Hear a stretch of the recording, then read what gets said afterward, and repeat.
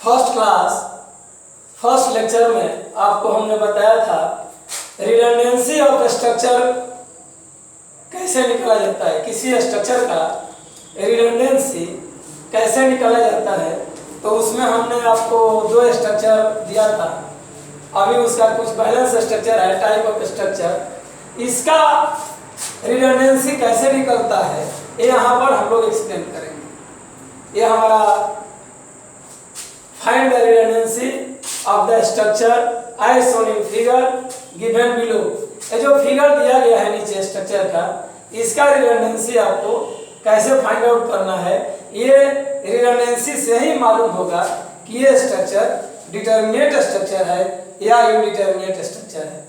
अगर determinate structure होगा, फिर एक बार बता रहे हैं, तो वो इक्वेशन ऑफ इक्विलिब्रियम मेथड से सॉल्व होगा। अगर वो इनडिटरमिनेट स्ट्रक्चर होगा तो हम अदर मेथड से बाय फोर्स मेथड या बाय कंपैक्टिबिलिटी मेथड और इक्विलिब्रियम मेथड से सॉल्व करेंगे, जो आगे बताया जाएगा। अभी हम ये जानना चाहेंगे, ये सीख रहे हैं कि how to find out the redundancy of the structure. देखिए यहाँ पर जो आपको फिगर सी दिखाया गया है, इसमें रिडंडेंसी कैसे निकालेंगे। तो सबसे पहले हम यहाँ लिखेंगे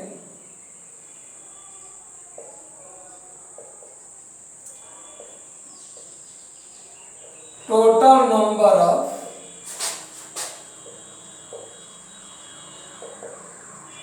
reaction components is equal to capital R is equal to, यहाँ total number of reaction component यानी कि एक्शन के अगेंस्ट रिएक्शन। तो अगर एक्शन इस पर जीरो लोडिंग है, यहाँ लिख सकते हैं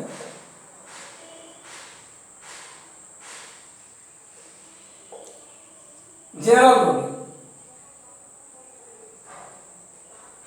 फॉर जीरो लोडिंग। अगर हमारे स्ट्रक्चर के ऊपर सिंपली ऐसे स्ट्रक्चर दिया गया है, कोई लोड शो नहीं किया गया है, उस केस में हम जीरो लोडिंग ही मानते हैं। और जीरो लोडिंग में क्या होता है, वर्टिकल लोड भी होता है और ऑब्लिक लोड भी होता है, इंक्लाइन लोड। यहाँ देखेंगे, पहले बता चुके हैं सपोर्ट, टाइप ऑफ सपोर्ट में फिक्स सपोर्ट पर आपको 3 रिएक्शन अप्लीकेबल होता है। एक मोमेंट, एक वर्टिकल, ये मोमेंट है, ये वर्टिकल है और ये horizontal. How many reaction are at the fix support? 3, horizontal, vertical and moment. तो 3 सपोर्ट पर हो गया रिएक्शन कंपोनेंट 3 प्लस हिंज पर कितना होता है, आपको बताया गया है hinge provides 2 reaction horizontal and vertical. तो 2 हो गया इसके जगह पर, यहाँ हिंज है, यहाँ भी 2 हो जाएगा, प्लस इस सपोर्ट पर कितना रिएक्शन होगा, और roller support provides only 1 reaction. तो यहाँ पर only 1 reaction, that means which one, only vertical reaction भी। तो 1 हो गया, 3 + 2 5 + 2 7 + 1 8।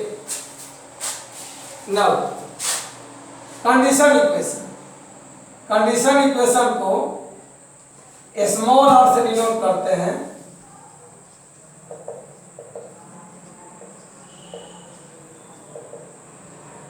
Condition equation is equal to r. Condition equation हमारे पास कितना है इस स्ट्रक्चर में, किसी तरह का भी स्ट्रक्चर हो, कोई भी स्ट्रक्चर, पहले तो कंडीशन इक्वेशन हमारे पास 3 रहता है। सिग्मा m = 0, फर्स्ट लेक्चर में इसको एक्सप्लेन कर चुके हैं। Sigma m = 0, sigma v = 0 and sigma h = 0। तो यहाँ पर अगर ऑब्लिक लोड है तो उसका हॉरिजॉन्टल और वर्टिकल आएगा। यहाँ सपोर्ट पर कितना मिला, हॉरिजॉन्टल, वर्टिकल एंड मोमेंट। तो reaction condition equation 3, therefore E = का मतलब होता है एक्सटर्नल रिडंडेंसी, बाहरी redundancy is equal to external redundancy is equal to r minus small r. कितना है 8 minus 3 is equal to 5। Now 5 is the total external redundancy. तब ये स्ट्रक्चर क्या हो गया? अगर 3 ही रहता है तो ये रहता है डिटर्मिनेट स्ट्रक्चर, लेकिन 3 से ज्यादा हो गया, कंडीशन इक्वेशन से नंबर ऑफ रिएक्शन कंपोनेंट ज्यादा है, तब ये हो गया इनडिटर्मिनेट स्ट्रक्चर। और कितना से इनडिटर्मिनेट? तो 5 से लिखेंगे हम hence the beam is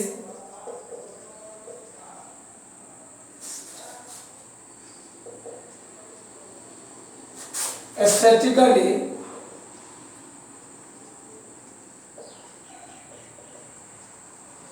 indeterminate to 5th degree। क्या लिखे हैं? Hence the beam is statically indeterminate to 5th degree। या इस तरह लिखेंगे hence the beam is externally indeterminate to 5th degree। ये हमारा सॉल्व करने का तरीका है। तो हम इस टाइप का जो भी स्ट्रक्चर है हम उसको मालूम कर लिए। एक यहाँ पर डिफरेंट टाइप का है, फिगर डी में देखिए, यहाँ पिन एक ज्वाइंट किया गया है, पिन प्रोवाइड किया गया है। इस स्ट्रक्चर में एक पिन यहाँ पर पॉइंट ए पर एक पिन प्रोवाइड किया गया है। तब हम इसको कैसे निकालेंगे? तो यहाँ सीधा सवाल है, simple. Reaction component R is equal to count कीजिए, यहाँ पर कितना रिएक्शन है? 1। यहाँ पर हॉरिजॉन्टल वर्टिकल, यहाँ horizontal vertical. 1 + 2 + 2 1 + 2 + 2 is equal to 5, right. Condition equation क्या कितना है यहाँ पर? Small r is equal to 3। Zero loading के लिए वर्टिकल है और इस मेंबर में मोमेंट रहता है, सपोर्ट पर मोमेंट नहीं रहेगा लेकिन मेंबर में मोमेंट रहता है। तो condition equation 3 plus 1 additional condition equation provided given by the pin. यहाँ लिखा हुआ नोट्स में देखिएगा, it is very simple. A pin provided anywhere in the structure, a pin provided anywhere in the structure cannot transmit moment from one part of the structure to the other part of the structure। यानी कि ये जो pin है इधर से moment इधर transmit नहीं करता है और इधर से मोमेंट इधर ट्रांसमिट नहीं करता है। तब हमको क्या हो गया? ये कंडीशन मिल गया। जब एक कंडीशन लग गया कि ये पिन मोमेंट ट्रांसफर नहीं करता है from one part to other part, that means what? Sigma m at a is 0। ये कंडीशन यहाँ पर हो गया m इज इक्वल टू 0। तब यहाँ पर कंडीशन कितना मिल गया अलग से? इसको कहते हैं additional condition. And thus provides one additional condition. यहाँ पर अंडरलाइन किया जा रहा है, देखिए एडिशनल कंडीशन, अलग से जोड़ा हुआ condition. Equation sigma m is equal to 0 at pin. ये आप ध्यान दीजिएगा, पिन पर एक एडिशनल इक्वेशन जुड़ता है। वो इक्वेशन कौन सा होता है? तो पिन पर मोमेंट 0 होता है। ऑब्जेक्टिव क्वेश्चन में आपको पूछ सकता है कि ये structure provided by A pin, which reaction must be 0? Sigma v 0, sigma h 0, sigma m 0। आप सिग्मा m पर ट्रिक लगाइएगा। यहाँ पर sigma m is equal to 0। यहाँ टोटल रिएक्शन कितना हो गया? Condition equation 4 9। External redundancy is equal to capital R minus small r is equal to 5 minus 4 is equal to 1।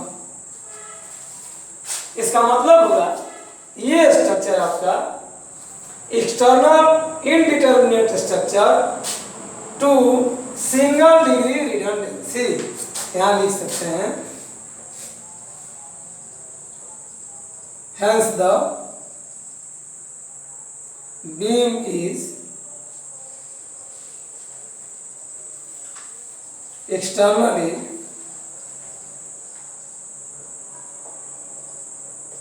indeterminate to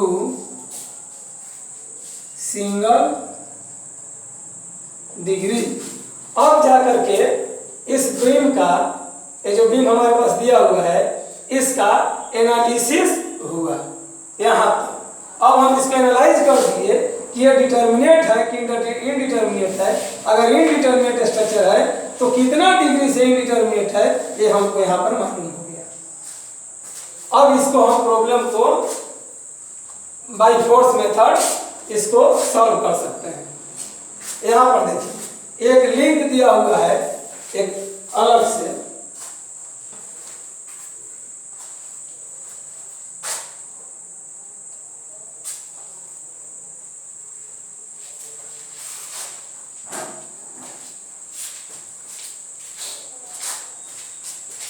link provides two additional equation. Link provides two additional equation. Which one?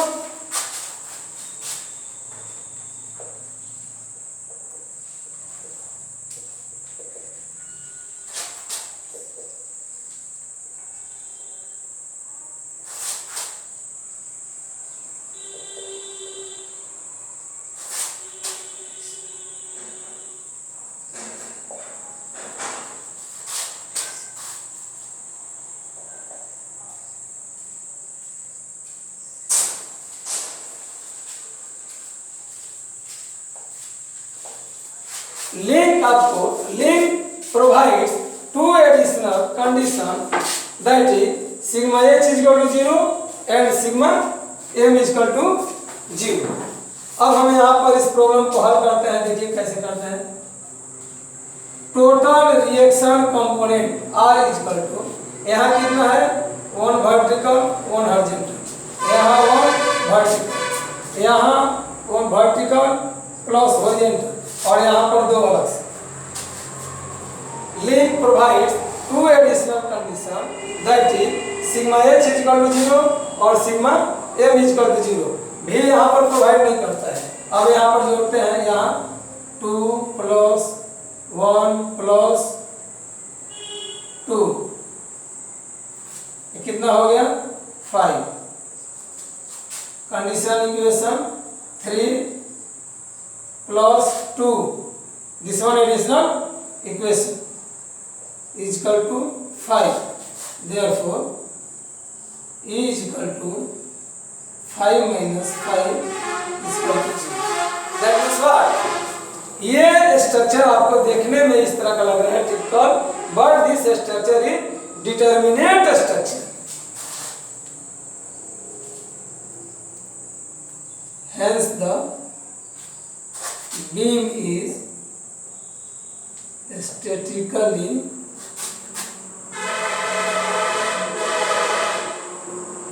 determinate structure। अभी आपको यहाँ पर clear हो गया। Find the redundancy of the structure as shown in figure given below.